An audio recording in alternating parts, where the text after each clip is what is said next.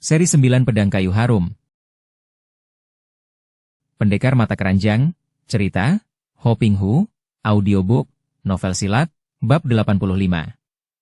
Sesudah mereka bertiga berhadapan, Kui Hong yang sudah menjadi sangat marah dan membenci Hai Hai, segera berkata, "Laki-laki busuk, apalagi yang hendak kau katakan kepada kami? Engkau telah memperkosa Ling Ling secara kejam dan biadab, dan engkau bahkan begitu pengecut untuk menyangkal perbuatanmu yang amat busuk itu. Sekarang apalagi yang akan kau lakukan?" Ling Ling mengusap air matanya karena hatinya hancur teringat akan malapetaka yang menimpa dirinya. Hai Hai menghela napas panjang. Tadi dia berani menggunakan ilmu sihir untuk memaksa Pek Eng mengucapkan pengakuan yang sejujurnya, karena di sana ada Han Xiong yang menjadi saksinya. Kini dia tidak berani melakukan hal serupa kepada Ling Ling karena hal itu tentu akan menambah kecurigaan dua orang gadis itu. Kui Hong, harap bersabar dulu.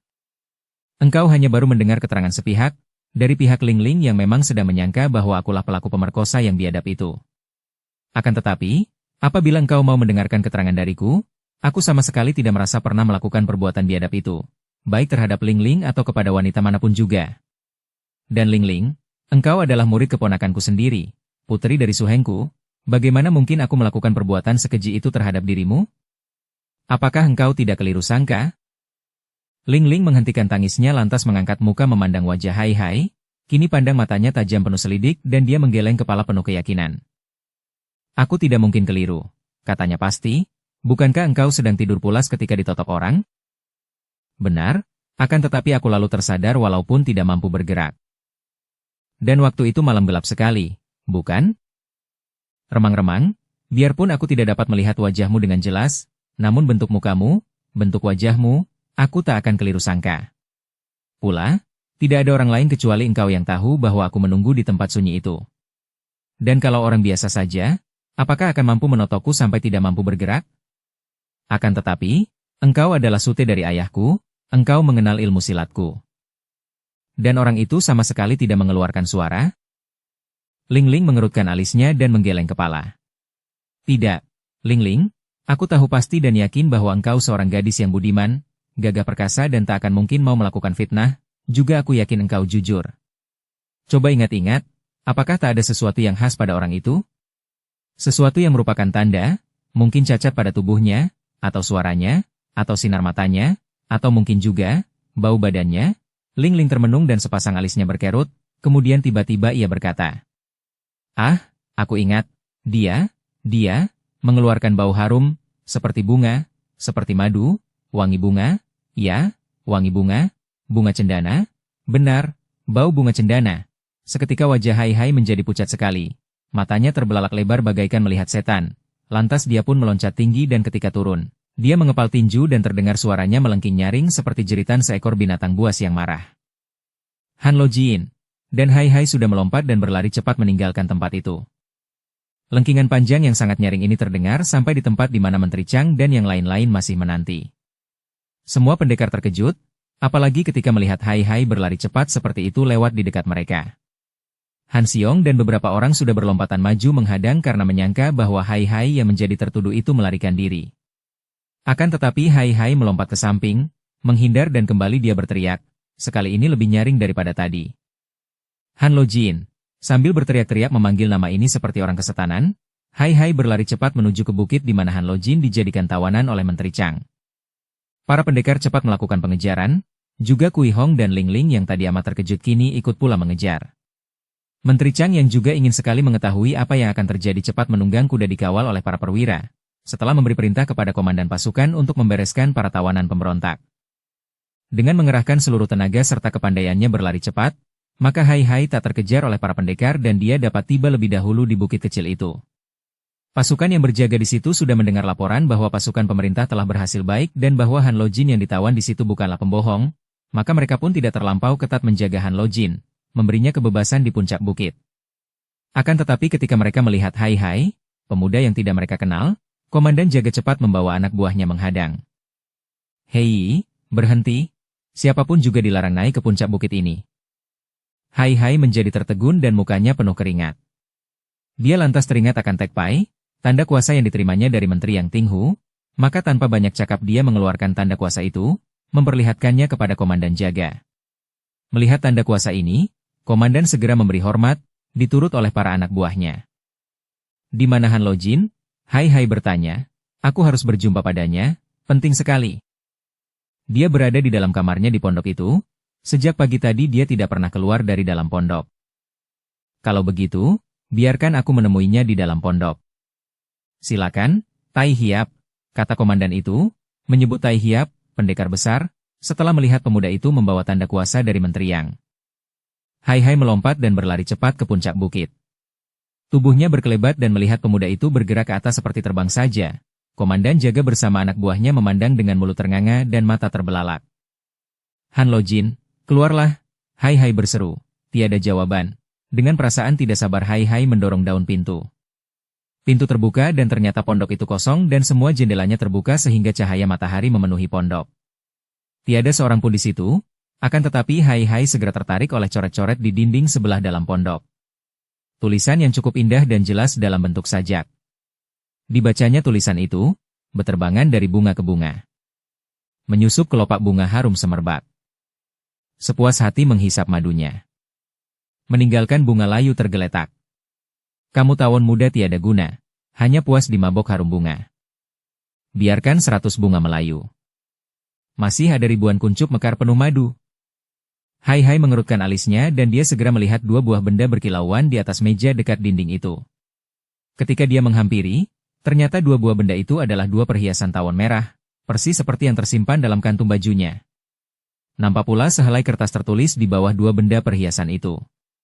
Cepat disambarnya kertas itu dan dibaca tulisannya. Dua buah tanda mata ini untuk Nona Pek Eng dan Nona Chialing, masing-masing 1 buah. Dan di dalam tulisan itu terdapat lukisan seekor tawon merah.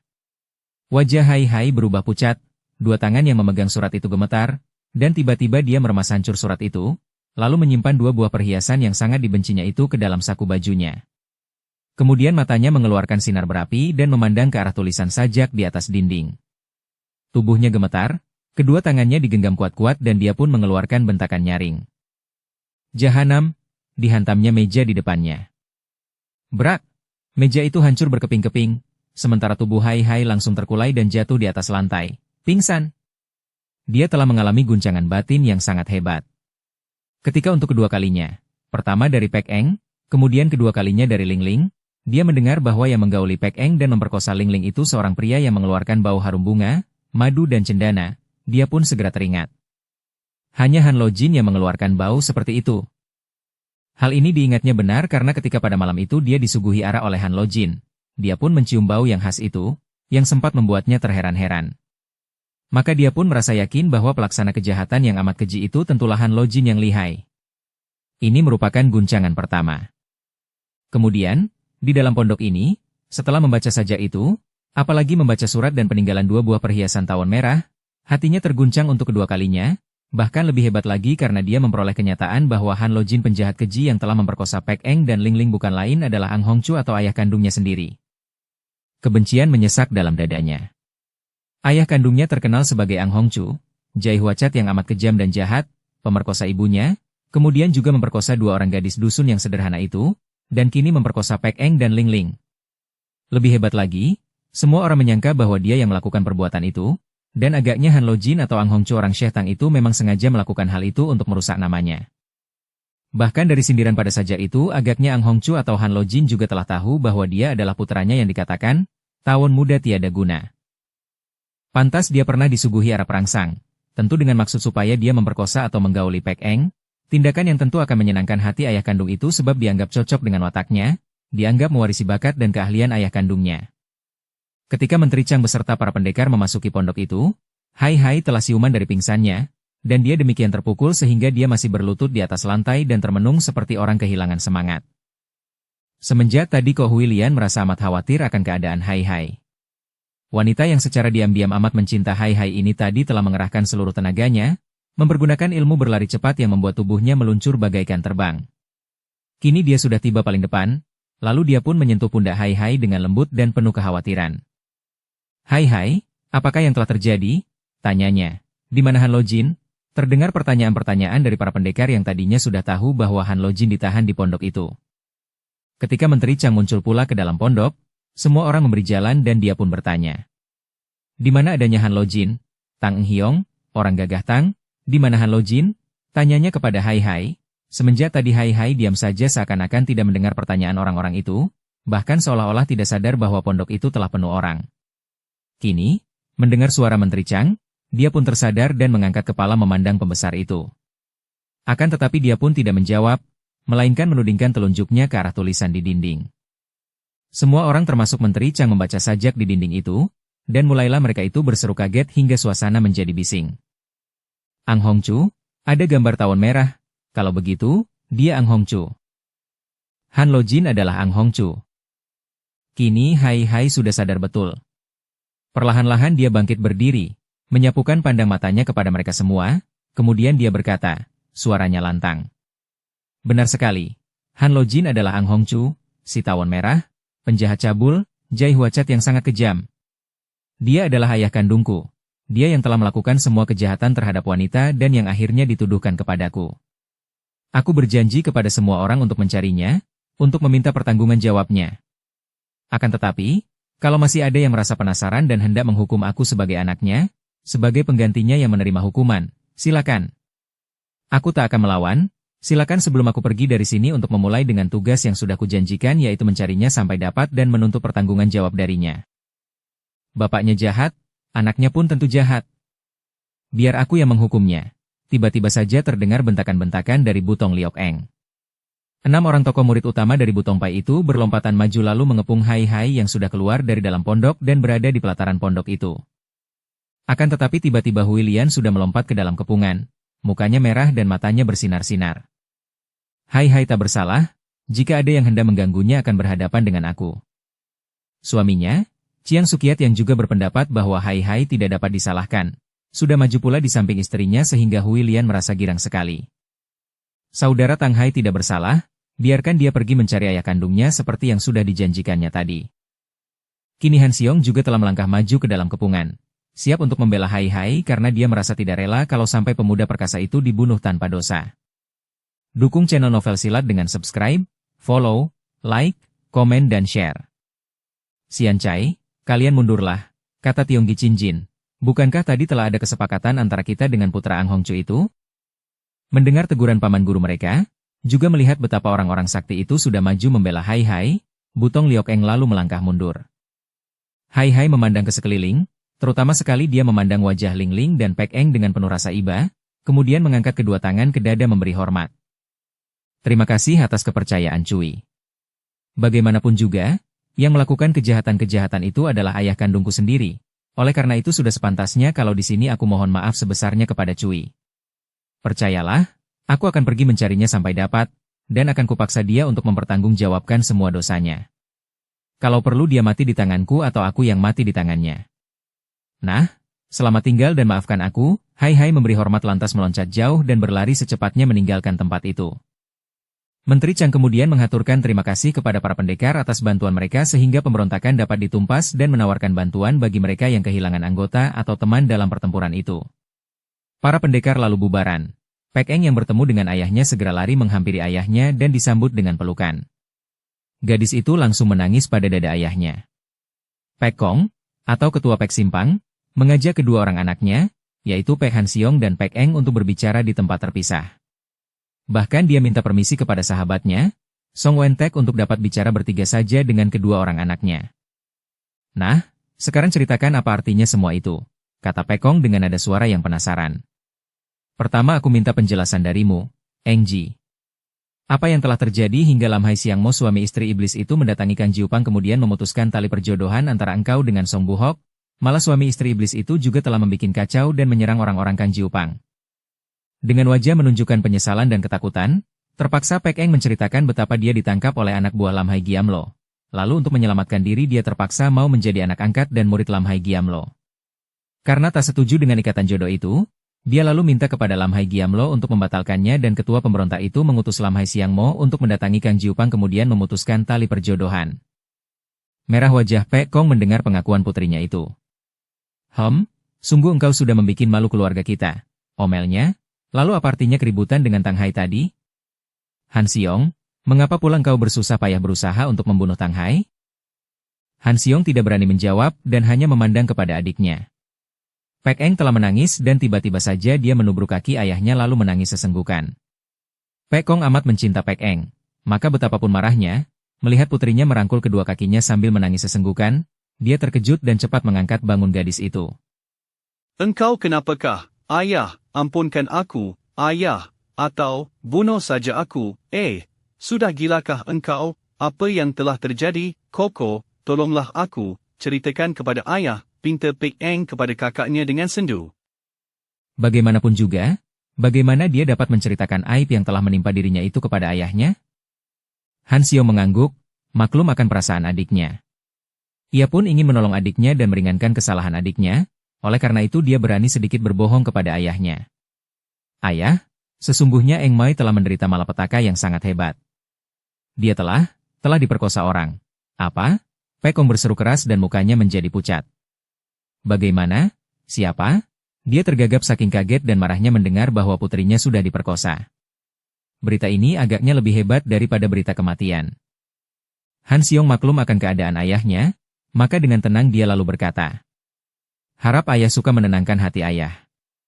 Malang tak dapat ditolak, mujur tak dapat diraih jika telah dikehendaki oleh Tian. Eng Moi diperkosa orang yang memiliki ilmu tinggi, dia tidak berdaya dan tertotok. Tadinya Eng Mai menyangka bahwa pelakunya adalah Tang Hai, oleh karena itu dia memusuhi Tang Hai dan minta kepadaku untuk menghajarnya. Itu pula sebabnya mengapa aku berkelahi mati-matian melawan Tang Hai. Akan tetapi, kemudian kita sama melihat bahwa Tang Hai tidak berdosa, bahwa yang melakukan hal itu bukan lain adalah Ang Hongchu, ayah kandung Tang Hai yang menyamar sebagai Han Lo Jin." Kini wajah Pek Kong menjadi merah dan dia mengepal tinju, marah sekali. "Keparat, kita harus mencarinya untuk membuat perhitungan." Melihat kemarahan ayahnya, Han Xiong cepat mendekati dan menghibur. "Ayah, memang peristiwa ini benar-benar menyakitkan hati, menyinggung kehormatan keluarga kita, serta menghancurkan kehidupan Eng Mai. Akan tetapi Tang Hai sudah berjanji untuk mencari dan menangkap ayah kandungnya sendiri. Dan kita harus ingat, ayah, memang semenjak dahulu ada hubungan dekat sekali antara Ang Hongchu dengan kita. Bukankah Tang Hai itu adalah anak kandungnya? Dan Tang Hai sudah dipergunakan oleh keluarga kita untuk menggantikan aku, untuk menyelamatkan aku? Agaknya itulah kesalahan keluarga kita, ayah, sehingga kini timbul peristiwa dan aib yang menimpa keluarga kita. Yang penting sekarang adalah mengurus bagaimana baiknya dengan nasib adikku ini." Pek Kong menarik napas panjang dan memandang kepada putrinya itu. Walaupun tidak menangis sesenggukan, tetap saja dia mengeluarkan air mata yang menetes-netes pada sepanjang kedua pipinya. "Baiklah, memang seyogianya begitu. Aku akan membicarakan hal ini dengan keluarga Song. Eng Ji, bagaimana sekarang? Apakah engkau masih tetap tidak setuju kalau menjadi istri Song Buhok?" Pek Eng mengangkat mukanya yang basah, memandang ayahnya dengan sikap sangat memelas, lalu dia mengangguk lemah. "Aku menurut saja apa yang ayah tentukan, akan tetapi, ayah, aku sudah." Dia tidak dapat melanjutkan, "Jangan khawatir, aku tahu bahwa Song Buhok benar-benar mencintaimu, dan mudah-mudahan dia cukup gagah untuk dapat melihat bahwa peristiwa ini terjadi bukan karena kesalahanmu. Tapi, ayah, bukankah sebaiknya bila aib ini dirahasiakan dari orang lain? Mungkin harus berterus terang kepada Song Buhok, akan tetapi kurasa tak perlu diketahui keluarganya. Hal itu akan sangat merugikan Eng Mai karena dia akan dipandang rendah." Mendengar pendapat putranya, Pek Kong mengangguk-angguk setuju. "Engkau benar, aku yang akan bicara empat mata dengan Song Buhok setelah kita pulang nanti," kata ketua Pek Simpang itu, "dan aku akan pergi mengunjungi guru-guruku di kuil Xiao Lim Si, ayah, bersama Sumau Bhilian. Ada urusan yang amat penting antara aku, Sumau, dan kedua orang guru kami. Kelak akan kuceritakan kepada ayah mengenai semua itu." Demikianlah, ayah dan dua orang anaknya ini lalu berpisah. Han Xiong menemui Bilian yang sudah dijanjikan akan dibawa menghadap kedua orang gurunya di kuil Xiao Lim Si, sedangkan Pek Kong mengajak putrinya yang prihatin itu untuk pulang. Bagaimana dengan Ling Ling? Dengan sedih gadis ini bersama Kui Hong meninggalkan tempat itu. Kesedihan yang dirasakan Ling Ling hampir mirip dengan kesedihan Pek Eng. Kedua orang gadis ini bukan hanya menyedihi nasib mereka yang kini sudah dinodai aib, kehilangan keperawanan dan kehormatan, namun lebih daripada itu, yaitu ketika mereka melihat kenyataan bahwa yang memperkosa mereka itu bukan Hai Hai melainkan ayah kandung pemuda itu, seorang Jai Huacat yang amat jahat. Hal inilah yang menyedihkan hati mereka, bahkan membuat harapan mereka lenyap sama sekali. Kalau Hai Hai yang menjadi pelakunya, Sedikitnya mereka masih mengharapkan pemuda itu mau mengakui dan bertanggung jawab mengawini mereka. Kui Hong tak pernah melepaskan tangan Ling Ling, terus menggandengnya ketika mereka meninggalkan sarang pemberontak yang kini telah dikuasai pasukan pemerintah. Setelah tinggal berdua saja, Ling Ling menangis sambil bersandar kepada Kui Hong, dihibur oleh Kui Hong di sepanjang jalan. Ling Ling membayangkan nasibnya. Ia mencinta Hai Hai, hal ini tak dapat disangkalnya pula. Biarpun tadinya dia mengira bahwa Hai Hai telah memperkosanya, namun dia siap untuk memaafkannya bahkan bersedia menjadi istri pemuda yang dicintanya itu. Akan tetapi, kenyataannya demikian pahit. Pemerkosanya adalah Ang Hongchu, penjahat besar, ayah kandung Hai Hai. Bagaimana dia mampu hidup terus dengan menahan siksa batin karena aib ini? Bagaimana pula dia akan menghadap ayah dan ibunya? Ayah dan ibunya tentu akan merasa terpukul, akan ikut menderita sengsara. Membayangkan betapa ayahnya akan berduka sekali, ibunya akan menangis, mendadak Ling Ling melepaskan diri dari gandengan tangan Kui Hong, menjerit dan berlari bagaikan orang gila. Kui Hong terkejut dan segera mengejar, khawatir sekali karena agaknya Ling Ling tidak mempedulikan lagi kemana dia lari, seperti orang yang berlari sambil menutup matanya. Ling Ling, berhentilah, Ling Ling, Kui Hong mengejar sekuat tenaga. Dia terbelalak melihat betapa Ling Ling lari mendaki bukit, terus lari ke arah tebing yang curam. Ling Ling. Wajah Kui Hong sudah menjadi pucat sekali karena dia merasa tidak akan mampu mencegah gadis itu yang agaknya akan lari terus dari atas tebing. Ling Ling yang berlari terus agaknya tak melihat bahwa dia berlari menuju ke tebing yang amat curam. Tepi tebing itu tinggal 2-3 meter lagi dan tiba-tiba dari samping nampak berkelebat sesosok bayangan. Lalu tahu-tahu tubuh Ling Ling telah disambar dan dirangkul pinggangnya oleh Chan Sun Hok. Lepaskan aku, lepaskan aku. Ling Ling meronta-ronta dan berusaha melepaskan diri. Namun Sun Hok mempergunakan seluruh tenaganya untuk memeluk dan tidak mau melepaskan gadis itu. Melihat betapa pemuda ini nekat merangkulnya, Ling Ling menjadi heran, keheranan yang sejenak membuat dia bingung, yang mengatasi kedukaan dan keputusasaannya hingga membuatnya ingin membunuh diri itu. Dia mengangkat muka memandang wajah pemuda itu, lantas kembali dia membentak. Lepaskan aku. Tidak, Ling Mai, tidak mungkin aku membiarkan engkau terlepas dan melanjutkan niatmu yang sesat itu, kata Sun Hok, tetap merangkul pinggangnya. Ling Ling menjadi semakin bingung. Perkenalannya dengan Sun Hok belum lama, namun sudah timbul keakraban di antara mereka ketika mereka berdua menghadapi gerombolan pemberontak itu. Sun Hok menyebutnya adik dan ia pun menyebut kakak kepada pemuda perkasa itu. Hoko, lepaskan aku dan jangan engkau mencampuri urusanku. Kembali dia meronta dengan sia-sia. Ling Mai, aku tahu bahwa engkau hendak membunuh diri ke jurang itu. Ingin membunuh diri. Perbuatan itu sungguh sesat, pengecut dan sama sekali keliru, Ling Mai. Karena itu, sebelum engkau mengubah pendirianmu itu, aku tidak akan melepaskanmu. Ling Ling menjadi marah, tangan kanannya sudah menempel pada tengkuk pemuda itu. Lepaskan, kalau tidak, kubunuh engkau lebih dahulu. Sun Hok tidak terkejut, malah tersenyum. Bagus, jika engkau masih bisa marah, hal itu berarti engkau masih suka hidup. Ling Mai, silakan saja bilang kau hendak membunuhku sebelum bunuh diri. Biarlah aku akan mengantarkanmu ke alam baka. Nah, silakan. Melihat kepasrahan pemuda ini, Ling Ling menjadi lemas lahir batin. Tenaganya bagaikan habis dan ia pun menangis, mengguguk di atas pundak pemuda itu yang kini melepaskan rangkulan di pinggangnya. Sun Hok masih merangkul pundak gadis itu, mengelus rambut kepalanya dan membiarkan gadis itu menangis sepuas hatinya. Kui Hong berlari menghampiri dan gadis ini menghela napas lega. Wajahnya masih pucat dan jantungnya tadi berdebar penuh ketegangan. Melihat betapa Ling Ling menangis di dalam rangkulan pemuda itu, dia tidak berani mengeluarkan kata-kata. Takut kalau Ling Ling, kumat, lagi kenekatannya. Dia hanya saling pandang dengan Sun Hok, pemuda yang sudah dikenalnya itu. Beberapa tahun yang lalu dia dan ibunya pernah bertemu dengan pemuda ini yang tadinya mendendam kepada ibunya karena kematian ibu pemuda ini, yakni seorang tokoh sesat bernama Gui Xianghua, disebabkan karena bertanding melawan ibunya. Akan tetapi ibunya dapat menyadarkan Chan Sun Hok. Dan agaknya pemuda ini memang telah menjadi seorang pendekar yang gagah perkasa. Buktinya dia pun ikut muncul dalam pertempuran melawan kaum sesat yang memberontak, bersamaan dengan Ling Ling yang agaknya telah dikenal dengan baik. Tentu ada apa-apa di antara mereka, pikir Kui Hong. Maka tanpa banyak cakap, sebelum Ling Ling sempat melihatnya, diam-diam Kui Hong meninggalkan kedua orang itu. Setelah tangisnya mereda, Ling Ling teringat bahwa dia menangis pada dada pemuda itu sehingga baju bagian dada Sun Hok menjadi basah. Dia lalu melepaskan diri dan dengan lembut Sun Hok melepaskan pelukannya. Gadis itu mundur 2 langkah, mengangkat muka dan memandang dengan kedua mata yang kemerahan dan basah. Sun Hok memandang dengan senyum yang membesarkan hati, sementara sepasang matanya jelas membayangkan perasaan iba dan sayang. Hoko, kenapa? Kenapa engkau menghalangi aku? Kenapa engkau tak membiarkan aku mati saja sehingga aku akan terbebas dari penderitaan ini? Kata Ling Ling, suaranya setengah menyesal dan setengah menegur.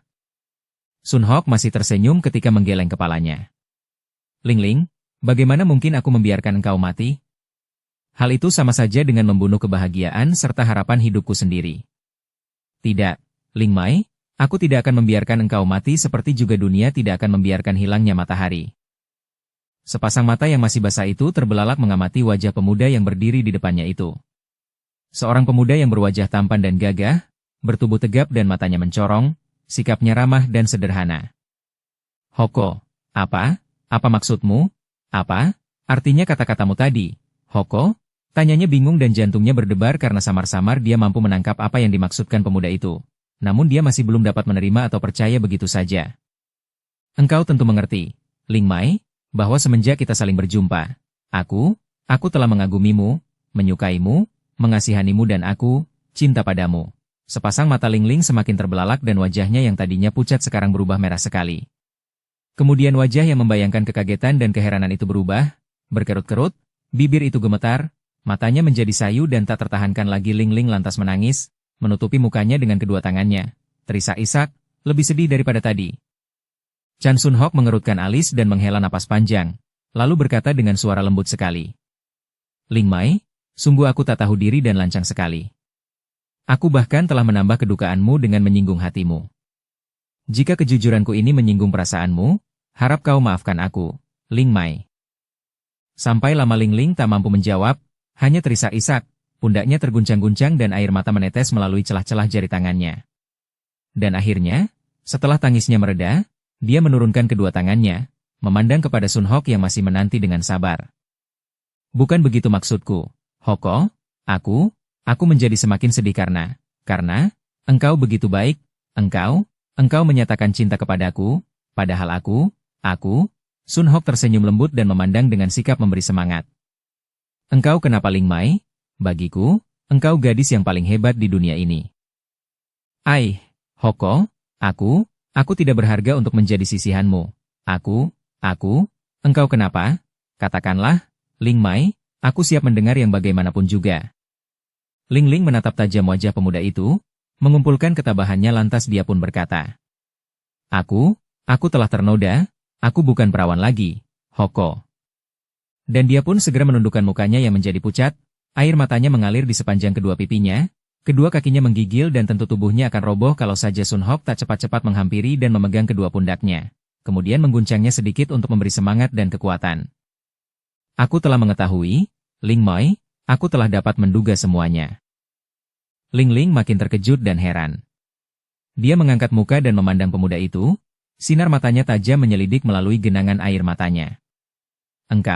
Engkau sudah tahu? Bagaimana? Engkau bisa tahu? Sejak berjumpa denganmu, lalu melihat engkau berkelahi mati-matian melawan pemuda perkasa bernama Tang Hai itu, mendengar engkau menyebutnya Jai Huacat dan melihat kebencianmu kepadanya, aku sudah menyangka bahwa tentu telah terjadi sesuatu yang amat hebat antara engkau dan dia.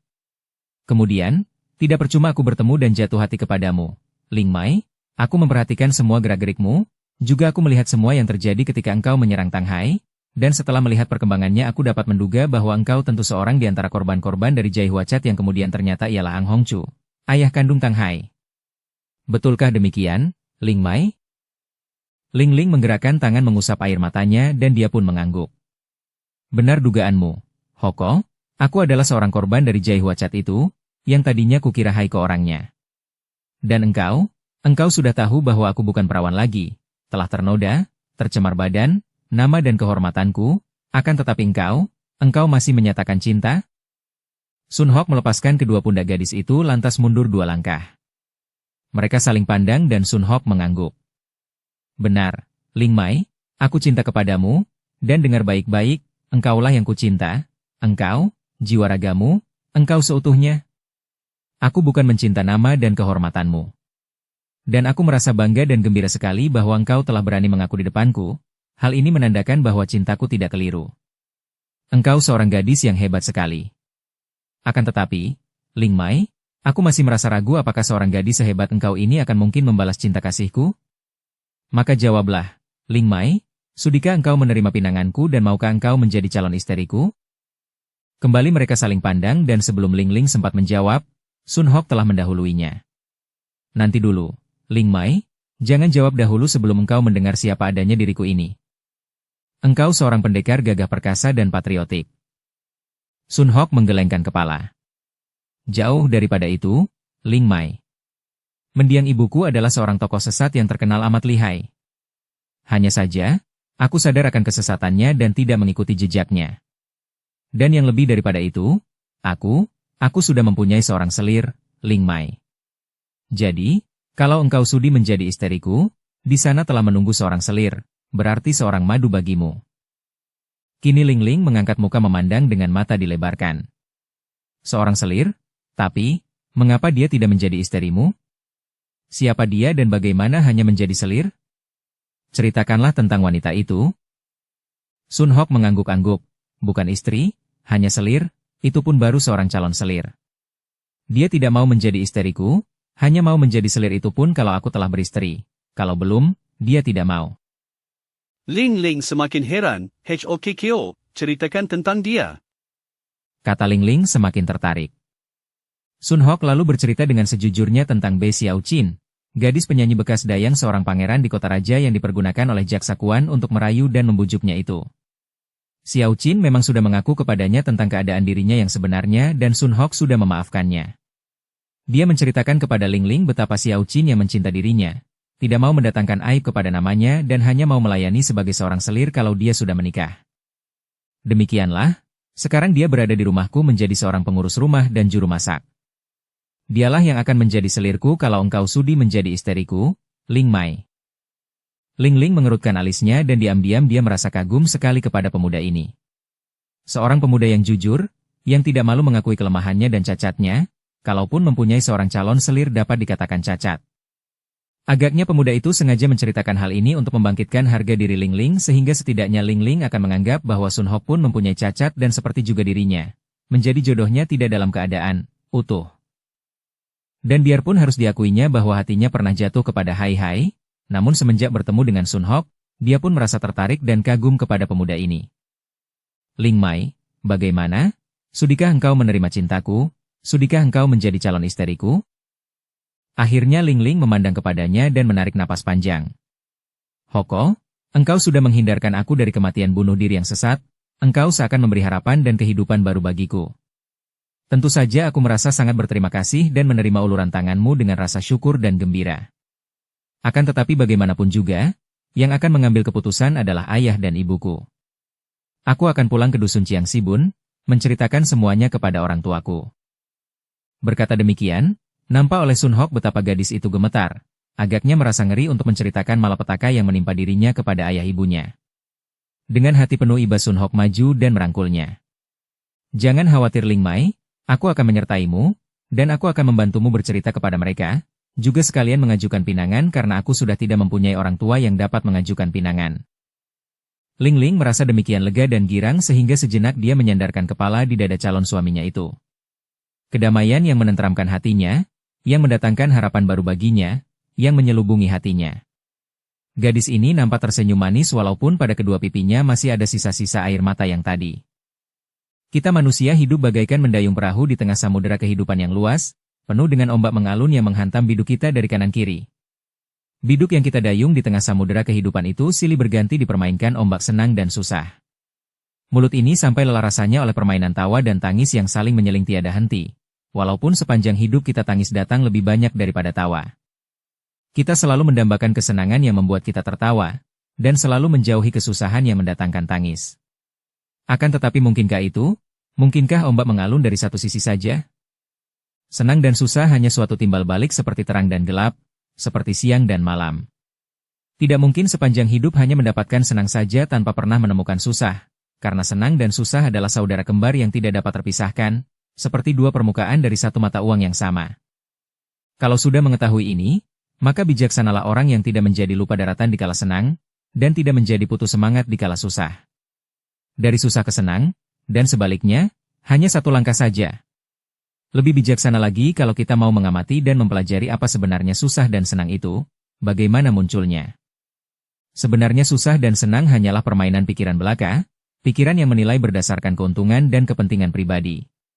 Segala peristiwa yang menguntungkan pribadi akan mendatangkan senang, sebaliknya yang merugikan pribadi mendatangkan susah. Kalau pikiran tidak menimbang-nimbang, menilai, maka segala peristiwa adalah wajar dan tidak akan menimbulkan susah senang. Berbahagialah manusia yang berada di luar jangkauan susah senang ciptaan pikiran ini. Pengamatan mendalam secara pasif, tanpa mengubah, bila mana susah atau senang menguasai batin merupakan langkah pertama ke arah kebebasan. Bersambung ke bab 86. Dukung kami dengan subscribe, follow, like, komen dan share. Terima kasih.